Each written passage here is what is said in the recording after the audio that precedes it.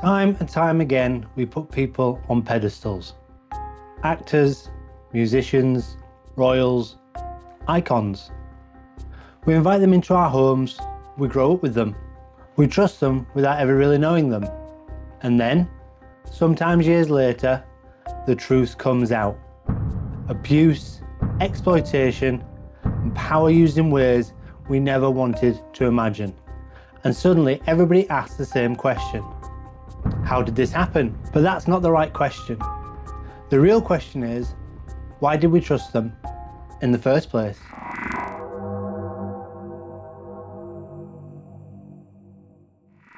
This video isn't about attacking individuals.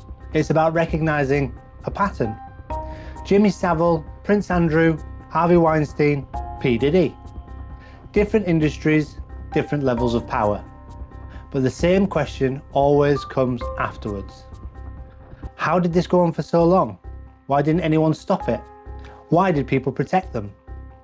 And maybe the most uncomfortable question of all, why did we look the other way? Humans are wired to admire success. We always have been. But somewhere along the way, admiration quietly turns into trust. And trust turns into moral credit. We start assuming things. If someone is talented, they must be good. If someone is famous, they must be safe. And if someone is powerful, someone else has already checked. That assumption is where the pedestal is built. Take Jimmy Savile. For decades, he wasn't just on television. He was woven into the fabric of British culture. Charity work, hospitals, even royal connections. The image mattered more than the man. And when rumours surfaced, they didn't vanish, they were absorbed. Because once someone reaches a certain status, suspicion starts to feel inappropriate. But power doesn't always look like fame. Sometimes it looks like control. Harvey Weinstein wasn't a household face. He was something far more dangerous, a gatekeeper. He controlled careers, access, funding, and visibility. And when one person controls the door, they control who feels safe speaking out. Savile used public trust. Weinstein used professional dependency. Different worlds, same mechanism. Power combined with silence. The pedestal doesn't just elevate people, it disarms doubt.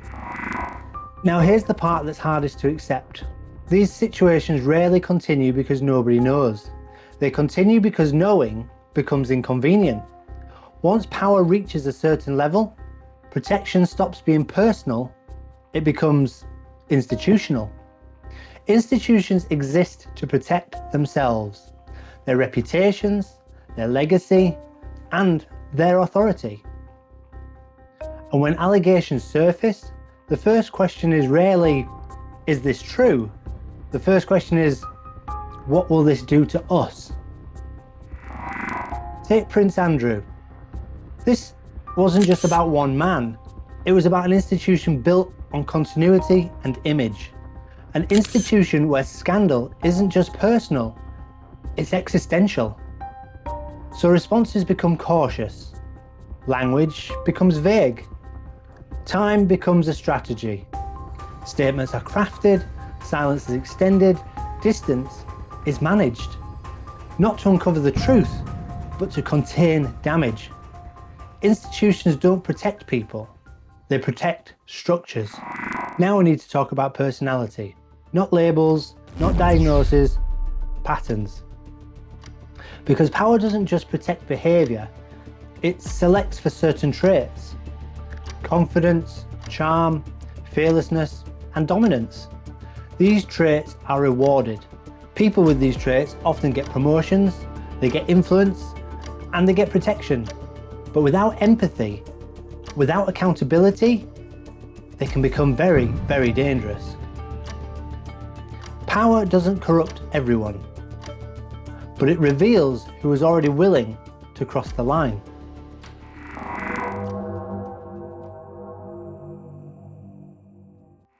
So why are red flags ignored? Red flags don't arrive as proof, they arrive as whispers, rumours, jokes, stories that circulate quietly. So we reinterpret. That's just how the industry is. They've always been intense. You don't get that powerful without upsetting a few people. Take P. Diddy. For years, stories circulated quietly around the industry. Not headlines, stories. About control, about intimidation, and about discomfort. But discomfort isn't evidence, so it gets filed away. Because when someone controls opportunity, silence feels safer than speaking. Red flags don't stop behaviour, consequences do. There's one final part of this pattern, and that's us. We don't just consume power, we validate it. Through attention, through admiration, and through silence. So how does this cycle stop? Well, it's not through outrage, but through culture. When success stops being proof of character, when admiration no longer excuses behaviour, when institutions are pressured to act early. Not when denial becomes impossible, and when questioning power becomes normal, abuse loses its cover. So maybe the real question isn't, why do powerful people fall? Maybe it is, why do we keep lifting them up without questioning the systems that protect them? Because if we don't change that, the story won't end. It'll just change names. I'm genuinely curious what you think. Is this about individuals or the systems we've built around them?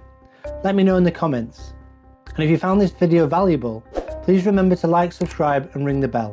It genuinely helps DarkLight to grow. But for now, remember, question everything, keep safe, and keep one eye open. Toodles.